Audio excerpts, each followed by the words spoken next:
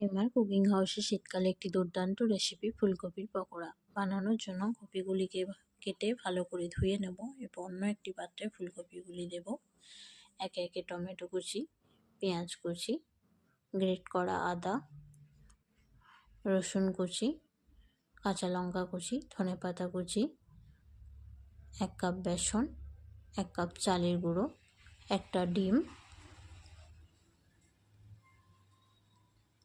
এরপর স্বাদ মতো নুন, জিরে গুঁড়ো, হলুদ গুঁড়ো, লঙ্কার গুঁড়ো, ভাজা মশলা, সামান্য পরিমাণ বেকিং সোডা দেব এবং ভালো করে মিশিয়ে অল্প অল্প জল দিয়ে মেখে নেব এবং আধ ঘন্টার জন্য ঢাকা দিয়ে রেখে দেব।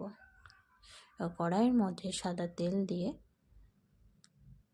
তেল গরম হয়ে এলে ভালো করে মেখে একটা একটা করে দেব তেলের মধ্যে। হালকা আঁচে ভেজে নেব যাতে ফুলকপিগুলি ভালোভাবে সেদ্ধ হয়ে যায়। এপিট ওপিট করে ভেজে নিয়ে তুলে নেব।